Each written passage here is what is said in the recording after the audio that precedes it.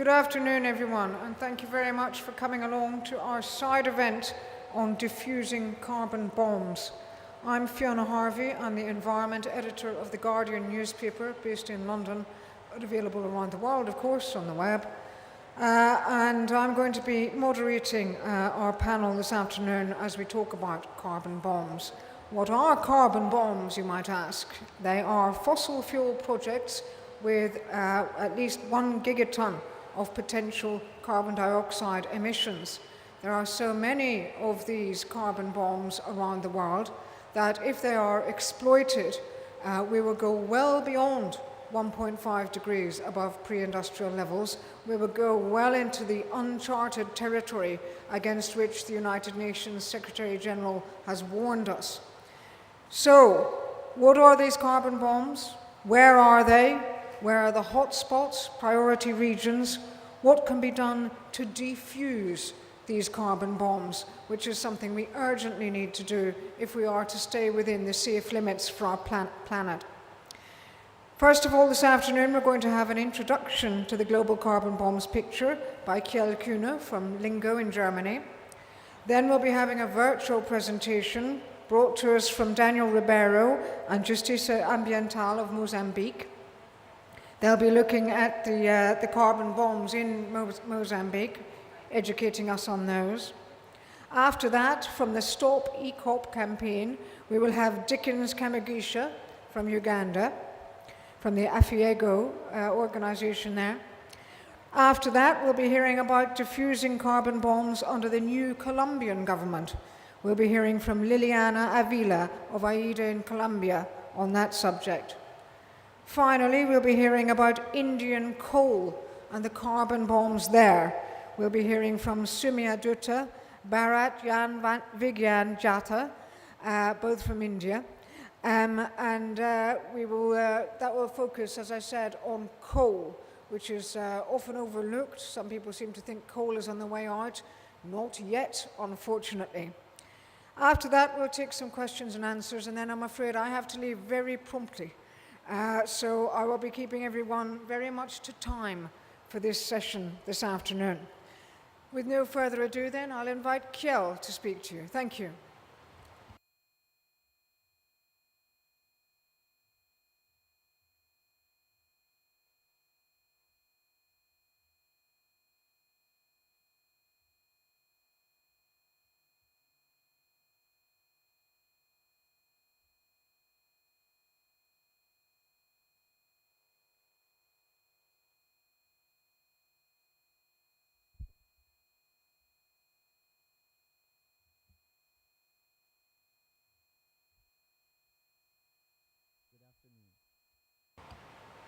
Good afternoon.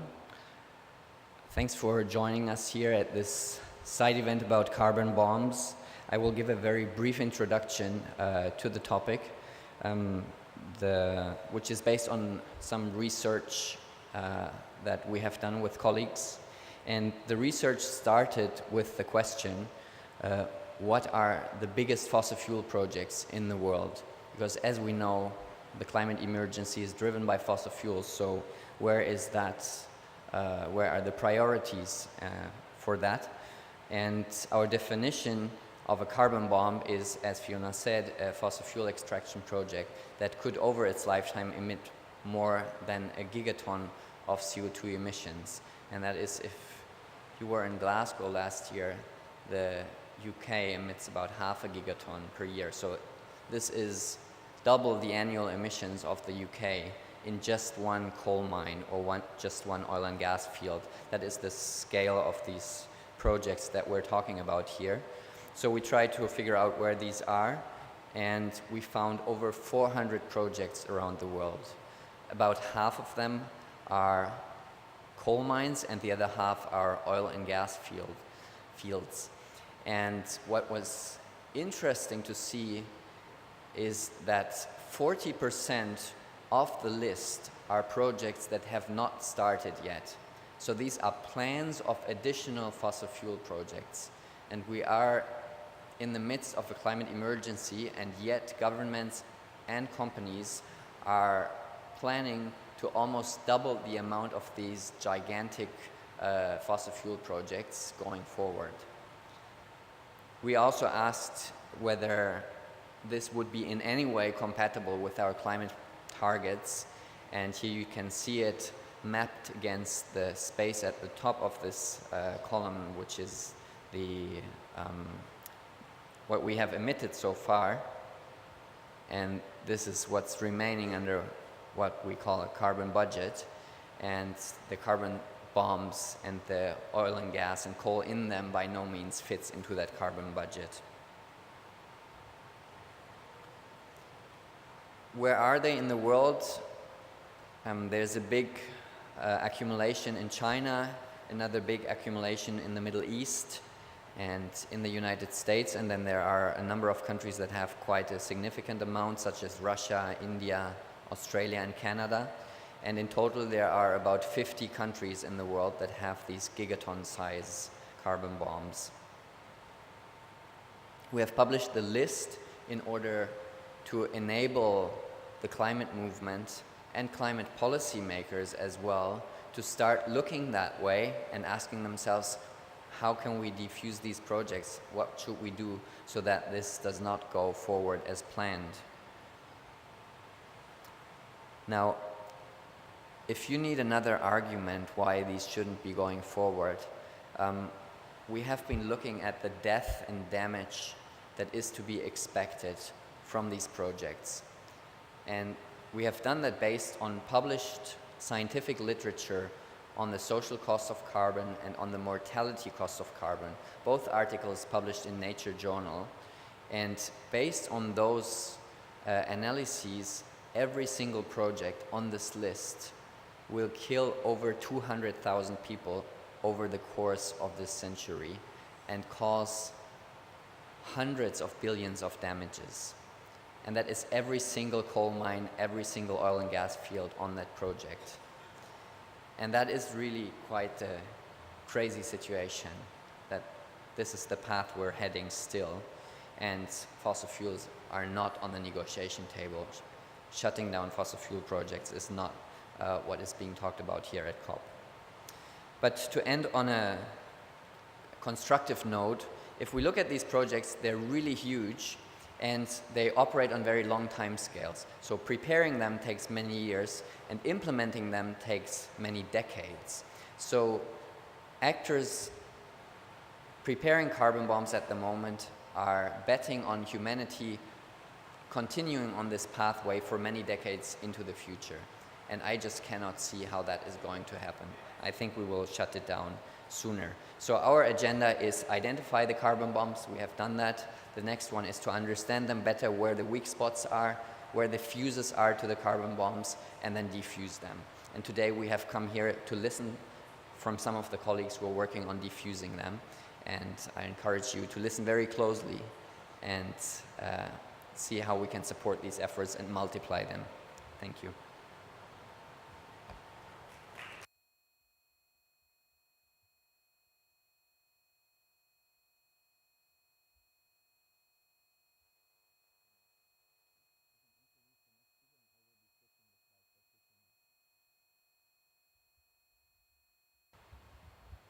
Okay, we're now going to hear virtually from Daniel Ribeiro in Mozambique.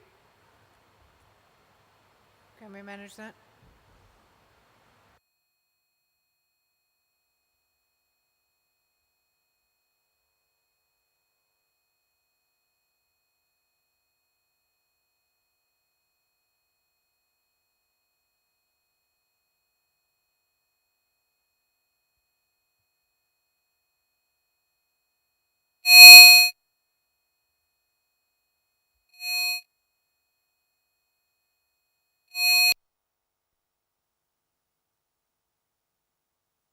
Hello?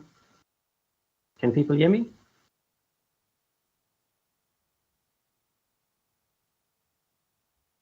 Hopefully, people can see the presentation on the screen. Yes, I have put the presentation up here, and we can see you and hear you as well. So if you like to start, I will just forward the slides for you. Hi, my name is Daniel Ribeiro. I'm from Justica Ambiental in Mozambique, and we've been working on these issues of gas since 2007. So if you go to slide number 2, you'll be able to see that Mozambique is becoming quite a big player. In terms of proven reserves, we're talking about over 100 trillion cubic feet of proven gas reserves. That places us around 14th. But if we look at just one of the projects, which is Area 1, which is the project that's run by Total, that project alone has 75 trillion cubic feet. And it's planned currently to go around 12 megatons a year, but with the potential to go as high as 50 megatons a year. And then there's the next biggest field is Area 4. So if you look at the map, right on top, the 2 squares right on top right-hand side of the map is those 2 projects alone. If those 2 projects go ahead, the greenhouse gas emitted from these projects equivalent to 7 years of France's annual emissions. So these are huge projects. And it really makes dealing with the climate crisis very hard if these types of projects go ahead. And this is just the beginning, because the Mozambique government and a lot of multinationals are still looking for more gas. Right now, 2 more fields were found off the coast of Nampula, and some of the projections can be Mozambique can contribute up to 10% of the global gas market if a lot of these current concessions are explored and more the gas that's predicted to be found in these new concessions come to fruit. So this is quite shocking, the amount of gas that's being found and still coming online. And it's quite overwhelming, because if you look at the global interest in Mozambique, this is just some of the investors involved. There's a lot more. So suddenly a poor country, Mozambique is one of the 10 poorest countries in the world, has some of the most powerful structures interested in the country. And this gives this also is quite overwhelming for the affected communities. In the area, more than 80% of the population subsistence fisher folk or farmers. And one thing they've been saying is, please, whatever happens, keep us near the ocean because we fish, and give us access to the land because we farm. And this hasn't been respected. And when communities feel very overwhelmed, because these are the most powerful structures that exist: our government, our military, and multinationals around the world. But also, if you go down, so if you go to the next slide, shows the investors, the Mozambique gas field. And if you go down some more, you can see some of the communities that have been affected by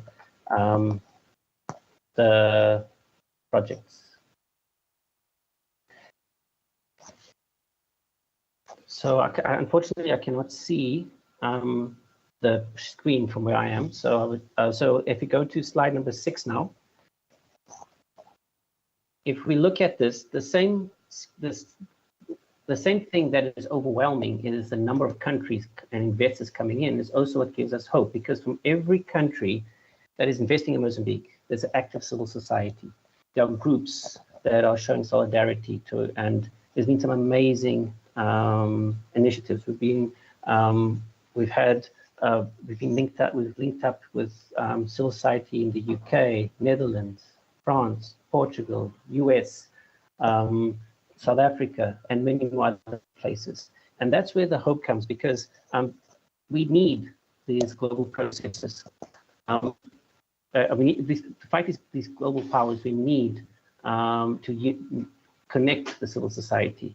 If you go to the next slide, we have some examples of some of the initiatives that came out.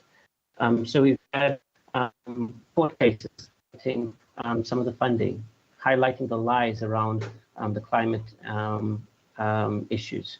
We've exposed the French involvement in the illegal loans and the debt and the link to the military situation. We've highlighted a lot of the economic failures. So this is what's giving us hope. But we also have to realize that this is just the beginning. If we go to the next slide, you'll see a map of North Mozambique. Every blue square is a mining concession. And one has to understand that the only development path has been given to Africa is a fossil development path. And if Mozambique develops this path, and other countries like Mozambique develop through this pathway, we have no hope of dealing with the climate crisis. Right now, Mozambique has around 30 to 40% of its population access to electricity. It has around 50% of the population consistently living in poverty, and there's a lot of development needs. And if all of this is done through fossil fuels with projects like the ones we see in North Mozambique, the climate crisis is not going to be solved. But just to not forget, the other part of the fossil sector is its history. If you go to the next slide, we've had conflict that has occurred. Having situations up north, strongly linked to the reality that the people are facing. If you go to slide 10, this image, I think, shows the reality between conflict, militarization, and fossil projects. On the right-hand side, you'll have every dot is an attack from an insurgent group. On the left-hand side is the gas reserves. As you can see, this overlap is not coincidental. But even if conflict, militarization, and that reality is, of course, and the impact it has on the people, not only the people we've lost. If you go to the next slide, you have more than 800,000 internally displaced due to this conflict. So it's a humanitarian, it's causing a humanitarian crisis. If we go to the next slide, the other thing also is a well-known history of the impact on environment. That area where the projects are occurring, it's a biosphere, a UN biosphere of global importance. And just to give another image to show the link, on the left-hand side, we have the two main gas stations. And on the right-hand side, we have the marine reserves. So these projects are happening in the most pristine and important ecological systems that we have. And then finally, just to end it, corruption linked to these projects, the illegal loans. After these contracts were signed, Mozambique was went from being 55% of our GDP to 140% of our GDP, and that's because the projected income from these projects are government loans. They use collateral, and these loans are usually illegal and plunder the country into a debt. And this also has a whole bunch of other implications. But just to end the presentation quickly, if you go to the last slide, the sad thing is Mozambique is also one of those affected countries by climate change.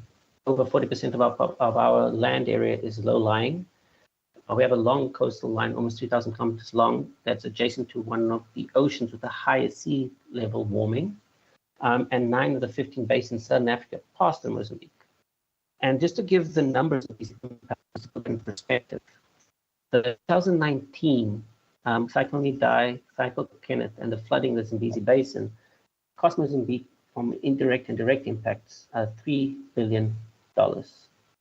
These projects are expected to create revenues for the country of around $18 billion starting in 2035, 2040. But if we put into inflation, around $18 to $20 billion in 2040 is equivalent to $4 billion now. So if we had to have a similar climate season and similar events in 2040, it will eliminate 75% of the projected revenues from these projects. And that highlights the true impact of climate on vulnerable countries in Mozambique. So the climate is strongly linked to the reality of Mozambique and the possibility of Mozambique developing. And so just to end it, I'd like to say that these projects not only have a direct impact and on our country, if these projects and countries like Mozambique develop through this pathway, the climate crisis is going to just worsen. And we not only need to fight these projects and fight them, linking all the different movements around the world together, because these are multinationals from all over the world, and we need to link up. But we also need to really start understanding and pushing the breaking the narratives around the fossil industry. But I know that I'm running out of time, so just like to thank everybody for giving us the time to speak about these issues. And sorry that the screen share didn't function because I know it doesn't work as well. Thanks. Bye. Well, thank you very much indeed. Thank you for that virtual contribution there. That's very helpful. We're going to move on now to hear from Dickens Kamagisha from Uganda, who's here with us to speak in person. Thank you very much.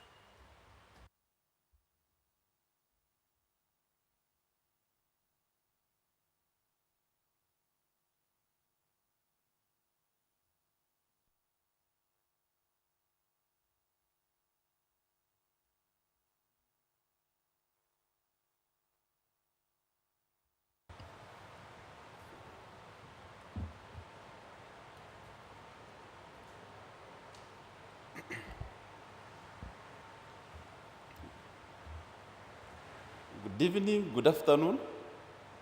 Yes. Thank you, colleagues. And thank you, Kelly and colleagues who have organized this meeting. I'll be sharing about what we are doing in as far as the East African crude oil pipeline project is concerned in Uganda and East Africa. So this is the pipeline which it starts from Uganda in the border between Uganda and the Democratic Republic of Congo, DRC. It is 1,443 kilometers pipeline that will be heated because the oil they are talking about is waxy, so it cannot move without being heated. So it will be the longest heated pipeline in the world. If you look at where it is passing, it gets its oil from one of our biggest national parks called Machon Falls National Park. It is going to pass in the water basin of Lake Victoria. Lake Victoria is the biggest freshwater lake in Africa, shared by Kenya, Tanzania, Uganda, and it is a source of River Nile. I hope some members here may be knowing what River Nile. River Nile is also the longest river in Africa, and its source is Lake Victoria. So this project is a huge project, and what we've been doing as an organization is to ensure that a project they are talking about which has huge impacts, there is the need to look at the negative impacts it is going to create and the little things they are talking about as benefits. In as far as this project is concerned, it is supposed to get its crude from two projects. One is called the Kingfisher. It is also on Lake Albert, which is also a transboundary lake. Another project is called Tilenga, which is also on Lake Albert. So when we are looking at the impacts of the ECOP, we are looking at what it can do, the impacts it can have on these critical biodiversity resources. And the same project, it is estimated that it will be costing around $15 billion US. If those who may be knowing about Uganda, we are still a poor country. Right now we have a debt of around $20 billion US, and our GDP is around $47 billion US. So if we borrow another $15 billion US to invest in the ECOP, you are talking about a debt of around $35 billion US. And just tell me about a poor country with that huge debt. And the companies that are extracting, actually not extracting for us, they're extracting to export their crude.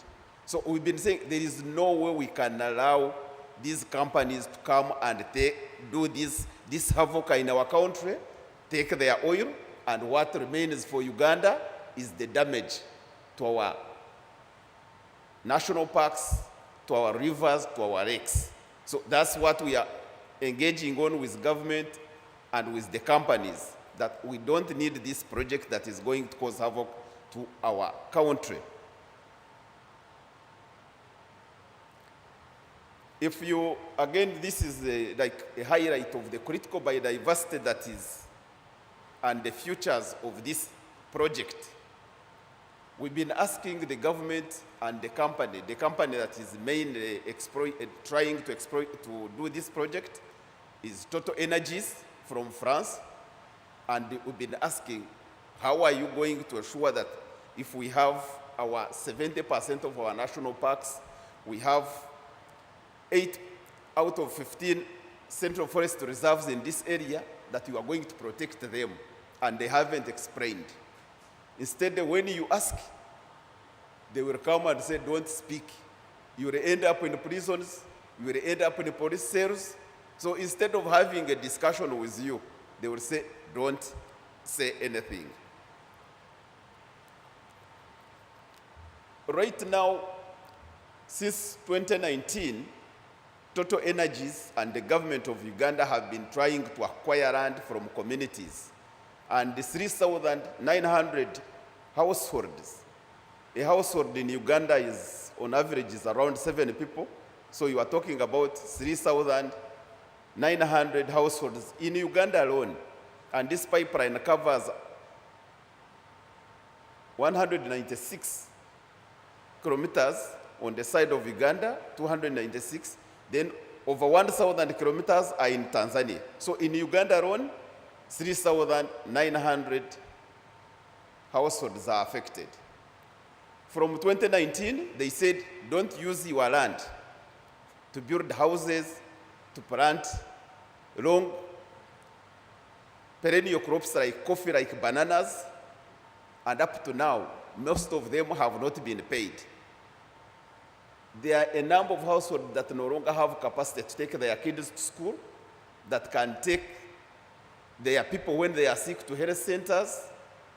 There are a number of households that cannot now grow food for their families. You find the money, you can't feed your family. So a lot of frustration. And the damage that is already happening, I don't think whether they get how much money they are going to repair that damage. And we've been saying, what kind of a project are they talking about if it is not going to be useful to the households? So that is an area that we've also been talking about. Again, when you go to the communities to organize them, you'll be arrested, you'll be harassed, you'll be intimidated. The communities that complain, instead of giving them solutions, they will not actually provide the solution. They say you are trying to incite other communities. They harass you to keep quiet. So you reach in Uganda, people are quiet, not because they are happy, but because they are living in fear. So again, I talked about Lake Victoria. This is a lake that feeds almost over 40 million people in the East African community, Kenya, Tanzania, Uganda, in terms of fishing, in terms of fresh water, in terms of very many activities. We asked the companies and the government, where is the framework that is going to protect this lake? And instead they told us that the lake, the pipeline is going to pass around the 15 kilometers away from the lake. They said, so there is no problem. And we've been telling them, you are not this is the water basin that is where the streams, where the pipeline is passing, the streams are going into the lake. So you cannot tell us about 15 kilometers, that what happens to the pipeline cannot actually affect the lake. So instead of saying, this is the framework that we are going to use to protect the lake, they are saying, don't even question. When you question, you are going to get problems. So that is an area where we think, I think the issue of carbon bombs, that if you are going to destroy some of these critical biodiversity, you are actually destroying the people. And if you are saying the projects are meant to benefit the people, and yet what you are going to do is going to damage the population, or where the population survives, it doesn't make sense. There are a number of areas, of course, we've taken the steps to ensure that we can, of course, there are areas where you will go to organize communities and you will be stopped. So sometimes we say, let's go to court. We have filed a number of cases to protect the people whose rights are being violated, to ensure that critical biodiversity is protected. And we have a case in France, because there is a law in France that allows organizations to sue companies wherever they operate, if they are French companies. And the reason why we went to France, it is not that we don't have courts in Uganda. We have a number of cases in the high courts of Uganda, around 7 of them. Some we filed them in 2014. Not for the ECOP. ECOP had not yet started in terms of discussions. But where they are going to build the reservoir for the ECOP, they displaced over 7,000 people in 2012. So in 2014, we filed the case in the High Court of Uganda to ensure that the people are compensated. Up to now, that case is still in court. If you go and see those people who are displaced, some of them were resettled in one place, they are living like refugees. So we have a number of cases in the courts of Uganda, and we said if there is an opportunity that we can file cases outside Uganda, let's go there and use those opportunities. At least that case is moving. We don't know where it will end. We also have another case at the East African Court of Justice for people who know about East African community. And all those cases we are hoping, because we have presented evidence, and the government is also presenting evidence, and we believe that what we have presented, if the courts move forward and they are able to determine these cases, I think we can challenge some of these projects about what they are telling people, that the projects are going to create the best benefits for people, jobs, schools, clean water, when in actual sense they are going to damage the survival of those people. You also have the issue I was mentioning. Most of us, civil society, we are the ones who have been helping the people to appreciate what the impacts of these projects, because over 80% of Ugandan population lives in the villages. These are new projects. When the companies and the government go there, they will tell them that, you know, we are going to generate huge amounts of money. You will get jobs. We are going to get money. Finally, you will have your children go to school without paying school fees. We are going to have the best health centers. We are going to ensure you get water. That's what they are telling them. But and normally those communities that are not yet directly affected, they think that actually it is true. Along the way, when they come and say, we want the land, the people get displaced from their land. Those who have been accessing services from the national parks, from the rivers where they are going to pass, they fence them off. So you actually find it is only when they get directly affected, those communities, that feel that it is a challenge. Before they are directly affected, the companies are telling them things that are giving them hope. But for us, we try to make sure we help people to understand what are these impacts, even when you are not yet directly affected. Because once you get directly affected, you can't stop it. So we try to mobilize them. But the issue here is that the government and the companies are saying, you civil society groups, you cannot go to the communities to give them information, to show them what is going to happen to them. So those are the areas where you will see most of our society groups are being harassed, that they cannot continue with the work. And that is an area where I know our international group partners have been doing a good job, because there are many things right now that you cannot say in Uganda. There are many things that the media in Uganda cannot write about. Previously, they would invite us on radios, TVs. These days, the government is paying for adverts, the companies are paying. So if you don't have the money to have information produced in the papers and TVs, you cannot get that space. And that is the challenge, where if they say, don't go to the communities, don't use the media, you get stuck. And the international groups have been helping us to ensure that we are able to continue communicating because some of these companies do not come actually from Africa. They come from outside, and you need to speak from where they come from. Of course, in the struggle to show that actually these carbon bombs, the projects that these oil projects are actually causing damage to our people, many of our, especially government officials, are saying, what do you want to do? What do you want us to do? In Uganda, you have only 19% of the population having access to the grid. So they are saying we don't have clean power, clean energy. What do we do? Can you give us options? So we've been working as civil society to also provide options. Uganda is on the equator. We have the sun throughout 365 days a year. And we've been saying the poor people in the villages don't need these huge dams, don't need the oil you are talking about to generate megawatts that are huge. What we need is to have a solar panel on each person's household, that the person can get energy to run, to charge a phone, run a radio. If you have a small solar pump to pump water to your garden, that is what is necessary. And we are mobilizing, we are working with groups outside. We bring some of the experts to discuss with our communities, some private companies, and there is a huge, huge movement in Uganda that is happening right now. And as we speak, 38% of the households in the country right now, they have access to the solar panels. In other words, they have solar power. It is small power, but at least they can have light, they can have those small services. And we've been telling government, if you get even a quarter of the money that is meant for the ECOP and for the Tilenga project and for the Kingfisher project, because the ECOP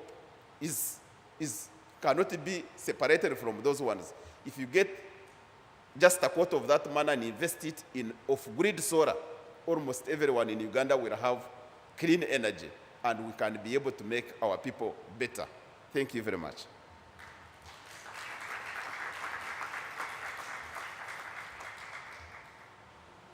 Thank you very much indeed for that, Dickens. That was a really valuable contribution and a lot of insight there into what's really happening. Thank you very much for telling us that. I'd like to move on now to hear about diffusing carbon bombs under the new Colombian government. We're going to hear from Liliana Avila from Colombia all about that. Welcome.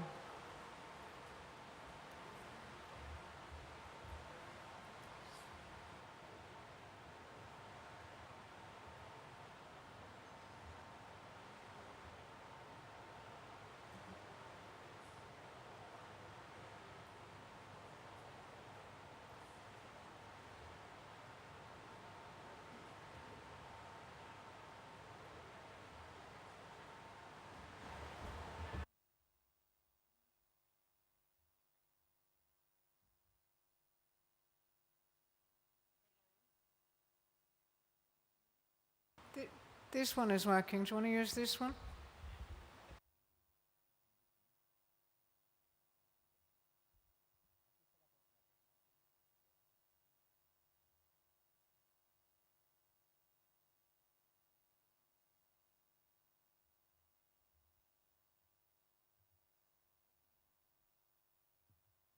Yeah. So it's working now, isn't it? Thank you, Fiona, and thank you all of you for being here. I'm going to talk a little bit about diffusing carbon bonds under the new government in Colombia, and I'm going to talk about three main topics. Firstly, I want to explain a little of context about Colombia and carbon bonds, and secondly, the new government approaches, and last, the challenges on diffusing carbon bonds in Colombia.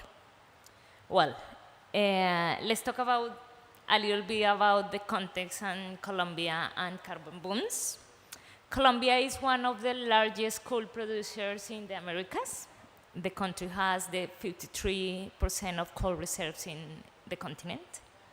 And Colombia has also one of the biggest carbon mining in the world, which is Cerrejón, which is in the north of the country.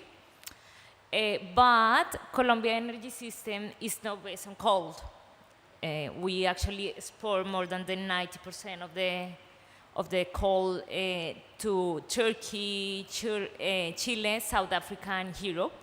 So we depend on the demand of these countries. And many territories where coal mining are operating has an economy dependence on mining activities. And of course, as the experience about Uganda and Mozambique is showing tonight, are also a reality in Colombia. More than 30 years of mining operation has promoted a human rights and environmental crisis really grave. So when we talk about diffusing carbon bonds, we are also talking about a big human rights issue. But let's talk about gas. What about gas? We have also gas reserves. According to the government data, we have gas reserves to supply internal demand for the next 8 or 10 years. And in previous years, the past government ambition was to exploit gas through fracking. Social movements has been really active against fracking, and climate litigation has been key to stop fracking initiatives, but the legal and the economical platforms to implement the technique are already set. So let's talk about the new government approaches in the next slides. The new government arrives with a new narrative. We all listened to the opening speech of the president at the COP here.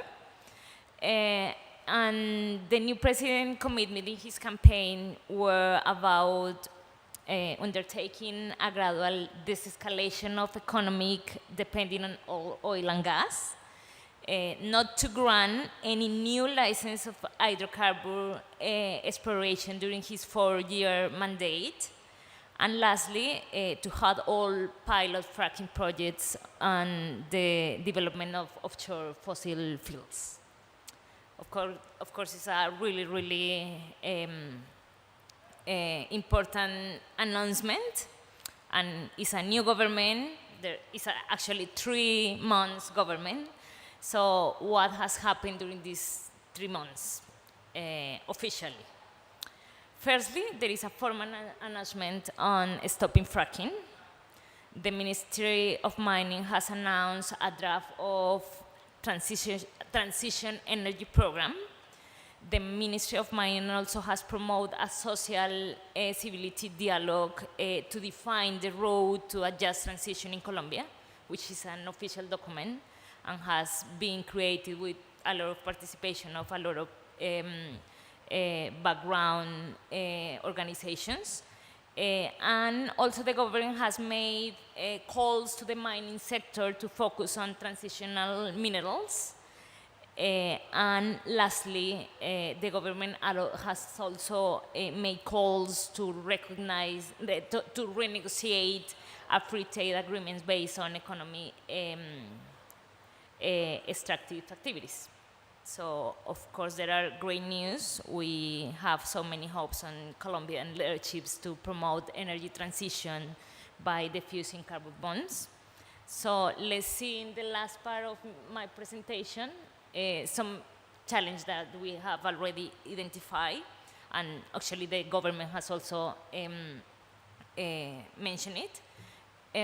All the species are addressing on new gas and oil projects. So we still don't know what is going to happen with the projects that are running now. Cañaverales, for example, is a big coal mining project that estimates to operate during the next 10 years, promoting 12 million tons of coal. And it's something that we haven't resolved yet. There are at least 330 gas and oil contracts, and 170 of them are in the exploration phase. Colombia has also an economy dependent on extractive, it is an extractive economy. The manufacture and non-extractive industry is weak and not competitive. So the transition needs money. And actually the government has to find that money. And of course, after the announce of the government to leave behind the oil promotion and the fossil fuels, there was announced a financial risk. I mean, a lot of pressure by financial risk rated agencies has been announced also. And we also have a really huge problem in sacrifice zones and communities that are totally dependent on fossil and fuel exploitation. Colombia doesn't have a legislation developed on responsible exit or to respond on the social and environmental liabilities and long-standing impacts that this carbon boom has been caused for the last 30 years. And of course, there is a risk of having legal action promoted by companies against the decision of the governments that wants to cancel contracts or stop promoting this kind of activities. So there are many hopes, of course, but also there are many challenges. A final remark from our perspective, and of course is a really new approach with a lot of challenges. Colombia needs to ensure the decarbonization of its economy and enforce another economy sectors such as tourism, manufacturing industry, agriculture. And to do so, the governments, of course, need money. So climate finances are so vital. And if Colombia wants to lead the energy transition in the region, needs to create a new financial alliance and make it happen. Government has also mentioned that more than 18% of his annual budget goes to pay external debt. So also is promoting a structural change of the financial and international finances, which I think that is really, really key to promote the just transition. And also the finances are also important related to loss and damages issues, because we cannot talk about defusing carbon bonds if every year Colombia has to give humanitarian support to communities affected by climate change, which is happening every single year. And last but not least, the climate justice approach is so important to diffuse carbon bonds. Social movements, community expected the president to promote the structural changes. That's why he was elected. And the election was a really huge coalition on many sectors that wanted real changes and are expecting real changes. So we will see. Thank you so much for the time.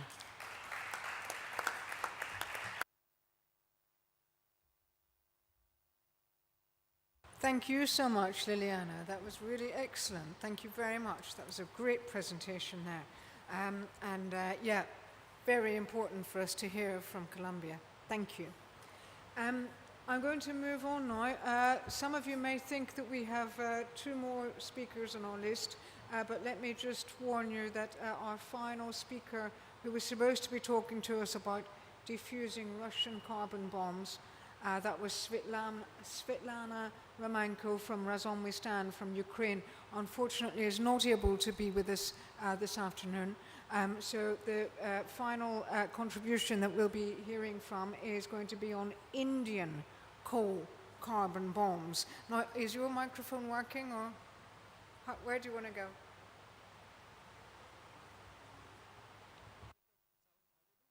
I'll go there. Back. It's came back. Okay, fine. Thanks. A very good afternoon and warm welcome. I represent one of the co-organizers, Public Advocacy Initiative for Rights and Values in India, and the MOSAM network. It's a pan-India network. I'll talk about, you heard about the gas and oil carbon bombs. I'll talk about big carbon bombs in India, which are mostly coal-based. Actually, many of you might know India don't have too much of oil and gas of its own. It's 83% imported. Let me first talk about one of the big areas, which is one of the pristine forest areas of India, which is also the source of one of the biggest coal reserve. This is called Hasdevaran in one of India's eastern states. This area is 170,000 hectares of deep forest with elephants, tigers, leopards, striped hyenas, and many other animals. But unfortunately, for the fossil fuel hunters, this is also an area with a very rich coal deposit in the eastern state of India. And if you know, out of 30 states of India, only 7 have significant coal deposits, others don't. Whereas roughly around 58% of India's electricity, 68% and 56% of India's power energy comes from coal. So that's an unfortunate. So all states in India from all regions, they are targeting these 7 eastern states, which are also some of the most forested, and they are populated by some of the indigenous peoples, most dense indigenous peoples population in those states. First is one place, one area called Hasdev Arand. It's in the state of Chhattisgarh. As I said, 170,000 hectares of dense forest. The total coal reserves estimated is 5.18 billion tons. So the total potential carbon emission from this will be well over 12 gigatons. So this is not a small it's not a small carbon bomb. It's not even a 1 gigaton carbon bomb. And it's a collection of 23 adjacent coal blocks. The government has a way of identifying, segmenting coal blocks, and it gives to different companies. And very interestingly, it has a connection with one of the most ruthless and hated corporations. I'll not take any names. That has also an Australian connection. You can understand who that is. So they are also one of the big players in this Hasdevaran areas. And the biggest mine there, which is now being pursued very strongly, is called Parsa East Pese Kanta. So this one block alone has the potential and the capacity, design capacity of 29 million tons of coal per annum, which will in its lifetime, just this one small area of this forest has a potential of going above 1 gigaton in its lifetime.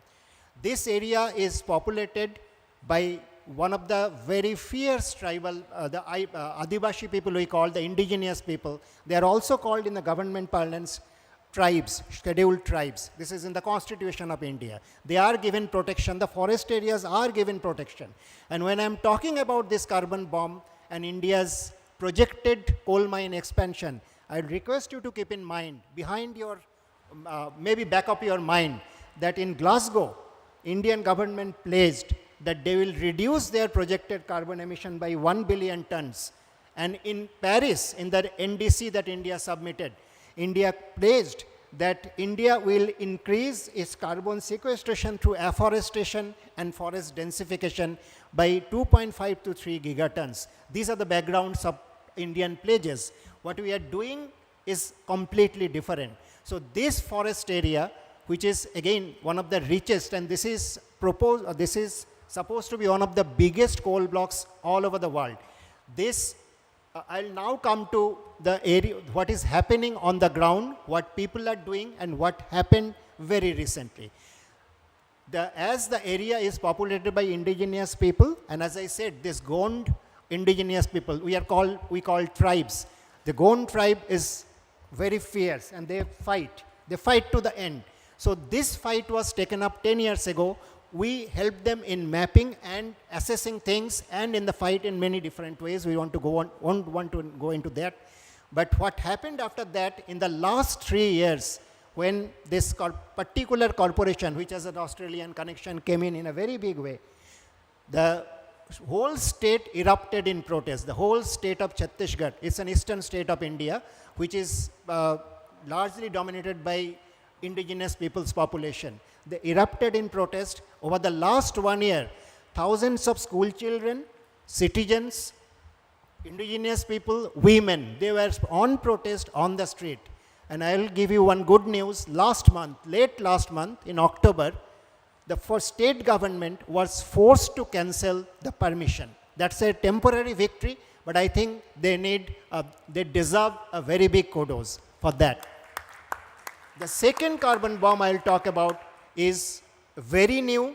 It's supposed to be the second largest single coal block in the world and the biggest single coal block in India. It's called Devcha Pachami. It's in the state of West Bengal, in the districts of Birbhum. It's not a very big area. It's 12.3 square kilometer area with a very thick layer of basalt on top of the coal. So reaching the coal is very difficult. But what is happening by the government, because all the state governments, India is divided into 30 provinces.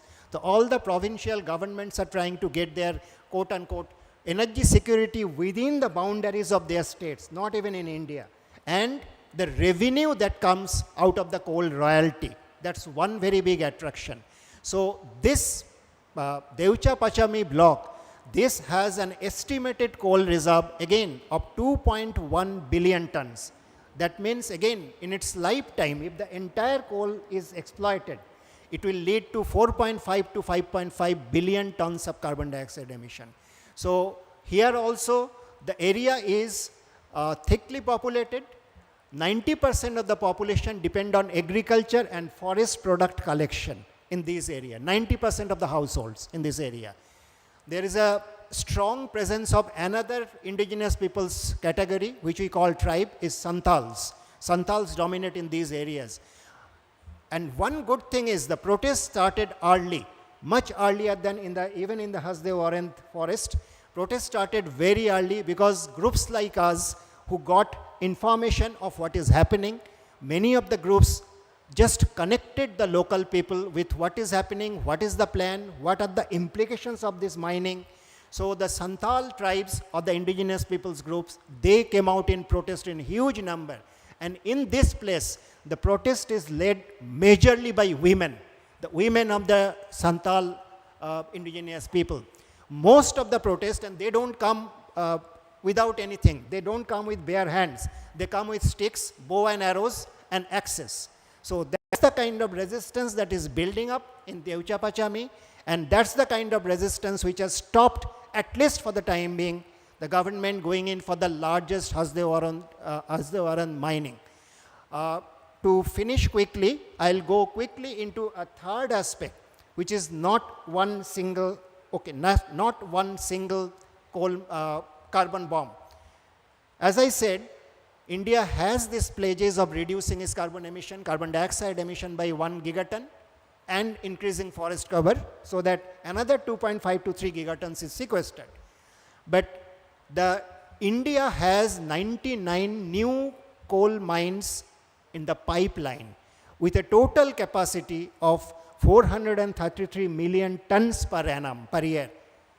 Whereas the existing 400 plus mines have an unused capacity as per government department, the coal ministry, the Ministry of Coal, has an unused capacity of 427 million tons per annum. But that is not enough for the government. That is not enough for the corporates. That's not enough for the fossil fuel lobby. They are now pressurizing, and the government is towing that line. Now, recently, just a couple of months, within the last 2 months, the government has announced not only a carbon bomb, a carbon cluster bomb. They have opened up till now the biggest new coal mine auction in India. Till net, 141 new coal mines have been opened up for private commercial coal mining so that corporates can mine them. If they cannot sell in India, they can export or they can sell to anyone. Till now, few years ago, coal mining was connected with power production. Coal mining was connected with steel production. Only if you have a power production, if you have that linkage, then you will get the coal mine. But now it has been opened up for the commercial mining. So the corporates are coming like hyenas, or I should not actually insult hyenas. These are worse than them. So they are coming for money. They know that India has an overcapacity of coal. They know that India has an overcapacity of power for the last 4.5 years. But the lure of more money, more profit, by selling anywhere, because the government has opened up for commercial mining without any linkage to power, steel or anything. So this new carbon cluster bomb, which has just come on the scene, is being mapped in India, because what we are talking about is not only the carbon bombs, but how to diffuse them. And as I said, one big carbon bomb in Hasdewaran has been diffused, at least for the time being. The 5 blocks have been cancelled. The permission, we need 2 clearances. One is environmental clearance, one is forest clearance. If you have to divert any land, forest land, for non-forest use, we need 2 clearances. So the clearance has been cancelled. So we are building up our resistance to this new cluster bomb, but we keep on fighting against the identified individual carbon bombs, and we hope that many of them will not come on ground. Many of them will be resisted by people, as it has been resisted in many other places. Thank you very much.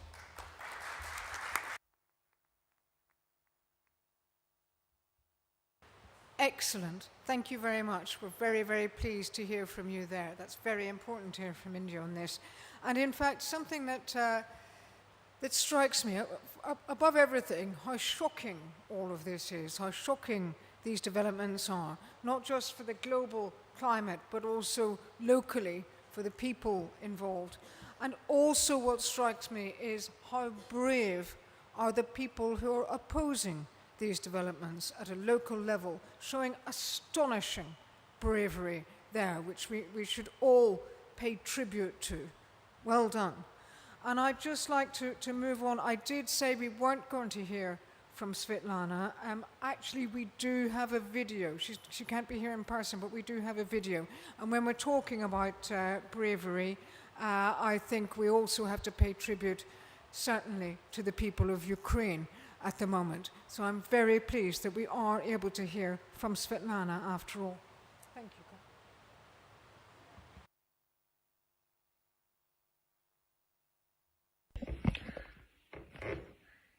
Good afternoon. My name is Svetlana Romanko, and I'm founder and director of Razom We Stand. Razom means together. It's a Ukrainian campaign group to act together to end fossil-fueled war and conflicts and climate chaos and drive a clean energy revolution.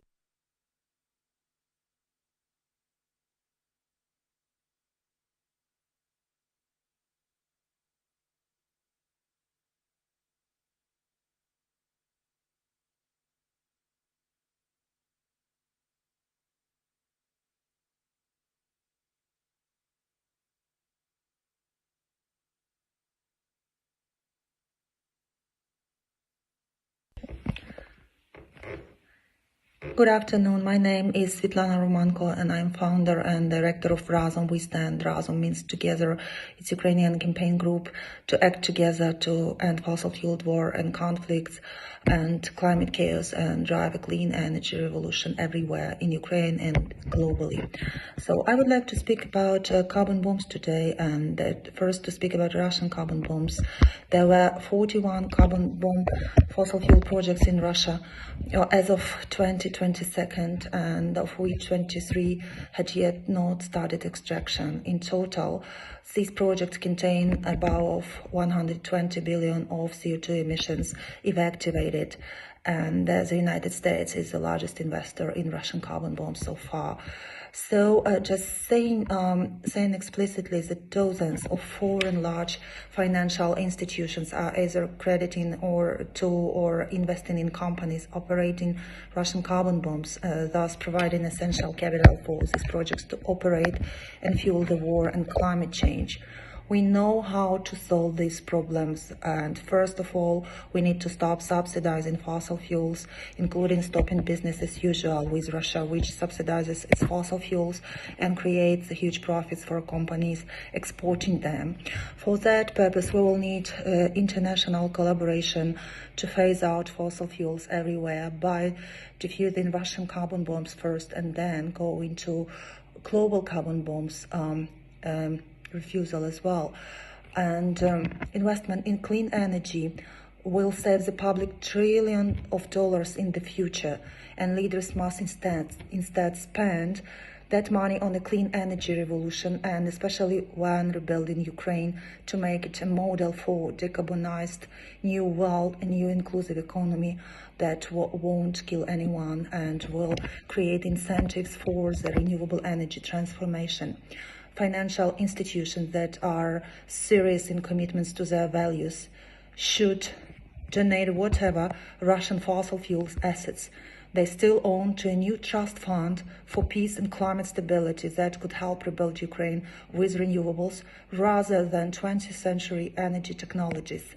And the fossil fuel industry is to blame both for the climate emergency and for the rise of petro-dictators, with the most powerful waging war against us right now and war against all democratic world.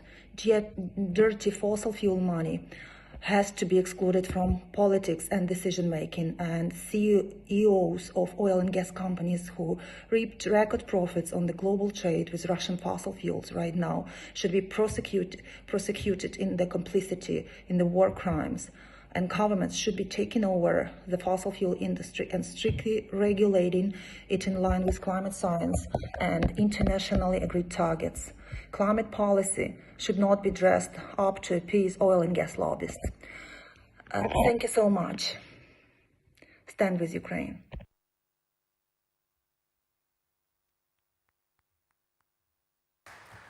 Thank you very much. And I'm so pleased that we could have that contribution after all. I'm sure you'll agree. Right. We've got time now to take your questions. If you'd like to ask a question, if you could raise your hands. Do we have, I'm not sure if we have a microphone. Perhaps you might like to come up here if you can. That's very kind of you. And if you wouldn't mind introducing yourself and asking your question. Thank you.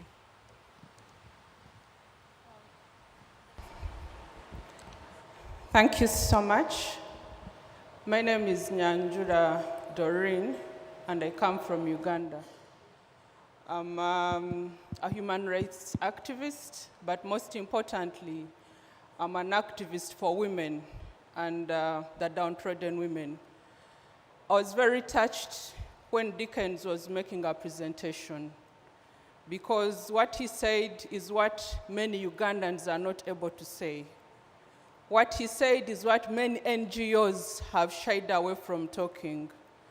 And I would love to appreciate him and say thank you so much, Dickens, for speaking on behalf of the women that have been rendered homeless, the women that have lost their children to anger, but they are not able to be here to speak for themselves. Thank you so much for speaking on their behalf.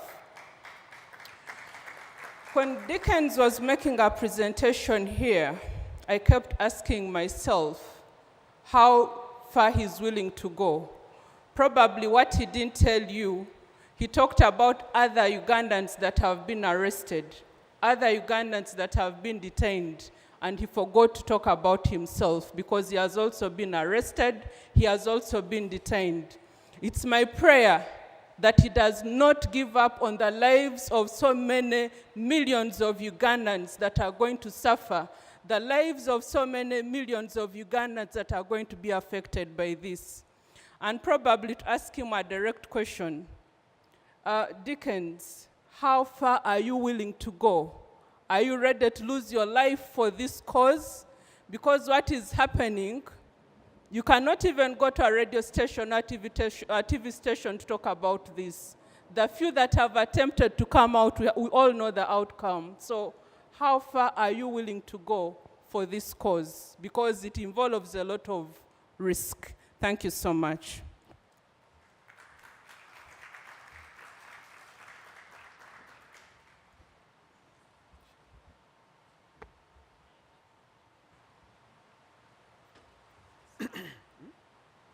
Hello? Is this working? Yeah. Okay. Thank you, Doreen, of course, for making me feel big. Doreen is actually a deputy road mayor of our capital city. We have one. but she's among the people who have been fighting to ensure that Ugandans enjoy their country. When she speaks, she also gives us that energy that we can continue soldiering on. There are many Ugandans who have been asking, you Dickens, can you continue in this environment where you know you can even be killed? But I've been telling colleagues that at the end of the day, if you are not too selfish, when you go and meet with communities where you find you have a family was there with small kids, it has been displaced from its land, and you see the suffering they are going through. Sometimes you say, do I keep on looking at myself and just abandon these ones who have no capacity to speak, who have no space to speak, who have no solution? So sometimes you say, let me continue doing what I can do, the best I can do, to ensure that even these ones who are powerless can also get something, can also live the next day. These kids can go to school. So I believe that we are going to continue struggling, but to do this, we must design a strategy that we have to mobilize as many Ugandans as possible, mobilize as many people outside Uganda as possible, and once we are a big number, I believe we are going to succeed. Thank you. Thank you very much indeed, and thank you again for... Is that better? Excellent. Okay. Thank you very much indeed, and thank you both for the bravery that you are showing. It's very, very much appreciated. Do we have any other questions here from the floor? We've got a question here. I think we've got a microphone there. If you could ask your question, or it doesn't have to be a question, it can be an intervention as well. We're very willing to hear those as well. Okay, my name is Kolja Kruse from the European Business Council for Sustainable Energy and Materials. My question is if it is possible to put another carbon bomb onto your list of carbon bombs. One of the biggest carbon bombs is a worldwide cement making. Cement is a fossil like oil and gas and coal, and it's obviously nowhere really on the list. The yearly cement making accounts for about 3 gigatons per year of CO2 emissions, and this is a growing number. Assuming for the next 80 years they would not decarbonize as promised, we are talking about a total bomb of 240 gigatons of CO2 until the end of the century, and that would account for about half of the remaining CO2 budget to meet the 1.2 degree C target. So my question to LINGO is, I find it very fascinating to look at carbon bombs, but the cement making as a typical fossil is still missing. Can I get an answer to that question?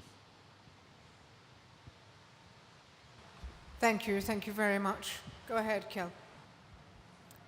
Thank you, Kolja, for the question. And I would encourage you to use that framing. There is no trademark on carbon bombs. In fact, it's a framing that I have learned from colleagues who have been using it before. And many different things have been framed as carbon bombs. And my starting point was an academic paper where we had to come up with a very precise definition. And so we excluded even pipelines or LNG terminals, which could also be framed as carbon bombs, just because we wanted a global coverage and be able to say this is how this compares to the Paris targets. So we encourage people to use that framing and identify additional carbon bombs that can be diffused, and I believe that you're onto something very important with replacing cement and steel making through new materials. If that can be done, that is like diffusing many carbon bombs. So yeah, thanks for the contribution. Thank you very much. Thank you for that response, Kjell, and thank you very much for the contribution itself. Do we have any further questions for our panelists? I think that might be all the questions that we have this evening. Well, let me just say thank you very much to our panelists. I certainly learned a great deal about carbon bombs this afternoon. I'm afraid most of it was very shocking and horrifying, in fact, because if we are going to stay within 1.5 degrees, and we know because the IPCC scientists have told us in the past year how vital it is to stay within 1.5 degrees, and we've had people all around this COP bearing witness to the impacts that we're already seeing from the climate crisis at 1.1 degrees above pre-industrial levels. So we know how vital it is to stay within 1.5, and these carbon bombs around the world cannot be allowed to go off if we're to have any chance of staying on a livable planet. I think that's what's really come home to us here this afternoon, how vital it is that we take action on these carbon bombs. It's also been incredibly, as well as being horrifying and shocking, it's been incredibly encouraging to be here this afternoon, because all of the people on this panel and many more people like them around the world are taking action against these carbon bombs. They're doing whatever they can to try and ensure that these bombs do not go off, that we are not destroyed by them. And I have to say, I just feel so touched by the actions that you're all taking, by your dedication, by your bravery, your astonishing bravery, and I feel very proud to have sat on a panel with you this afternoon. Thank you very much. One final word to Kjell. Thank you. Thanks, Fiona. Since we all came here and we are trying to figure out how to defuse carbon bombs, I would like to use the time for a question to my colleagues, because I think that there is the different space for action in different countries, and I think there's probably a role for countries in the global north to play, and for activists and people who care to play in defusing these carbon bombs in the countries that you are coming from. So I think you have touched on it in your presentation. I don't know if Liliana and Shuma would also like to say a few words if there are things that people in the global north could be doing.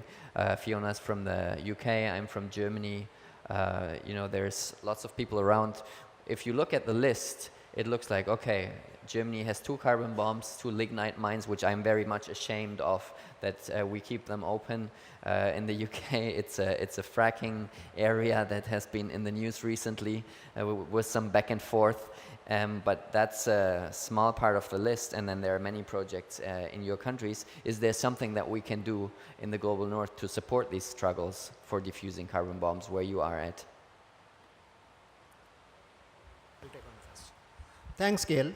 I think this is a very important area, because on the one hand, when we listen to the negotiators here, who are negotiating supposedly on behalf of all the people, they talk of collaboration, cooperation mechanisms. Similarly, and their actions are leading to this kind of destruction. So it's very clear that if you have to stop them, you have to save the future, particularly for our children, then you have to cooperate. I think there are 2 very clear ways that we can collaborate across continents and this so-called global north and global south. One is very clearly there is a general public perception, and let me be very frank in this.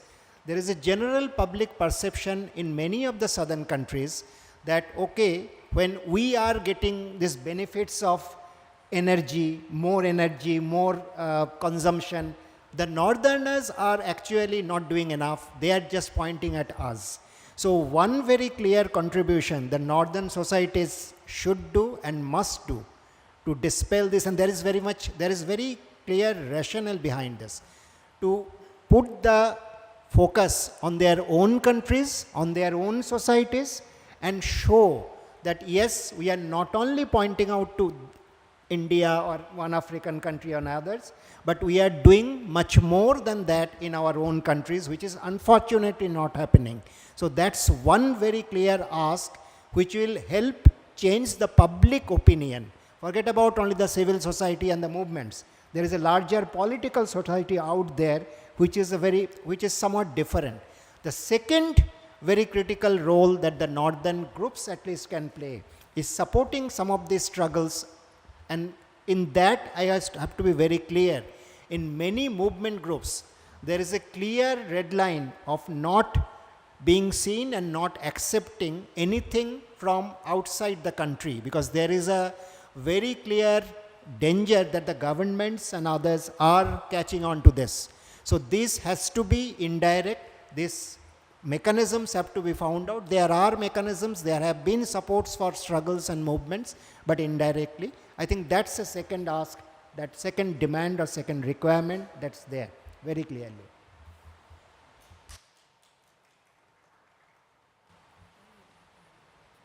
Thank you. Maybe two final remarks. Firstly, the importance of the global node to support climate justice, because it's not only changing the energy matrix, but changing the way that energy is produced. Because the way that energy has been produced during decades has been provoked many human rights violations in the south, and it's something that the north has to be aware of. And of course, there are many industries in the global in the north-south that are provoking a lot of problems in the south, and it's really important to follow the behavior of that companies. And we need a legal framework to make them responsible to all the human rights violations they are provoking in our countries. And we also have, lastly but not least, a final structure that really help the just transition in our countries. And that money comes, of course, and it's really important. I mean, the global node is really important to address the money and the way the finances are all built on the world. So that's my final approach. Yeah, thank you very much. And before we finalize, I would also like to say a word of thanks to The Guardian. Fiona has already left, but to her next commitment, but The Guardian has been very important in putting the carbon bombs out there, drawing attention to these huge fossil fuel projects, and keeping the attention on those projects. And I think that the media also have an important role to play in questioning the fossil status quo, and that is an important part of the work that I'd also like to recognize the work they have been doing around that. So with that, I would like to say thanks to everybody. Thanks for joining us, and we hope to continue this conversation and this work and defuse many carbon bombs going forward. If anyone is interested, there is a small briefing paper on India's NDC, India's pledges in Paris and Glasgow on the back. If you are interested in that, you can pick up a copy. Thanks.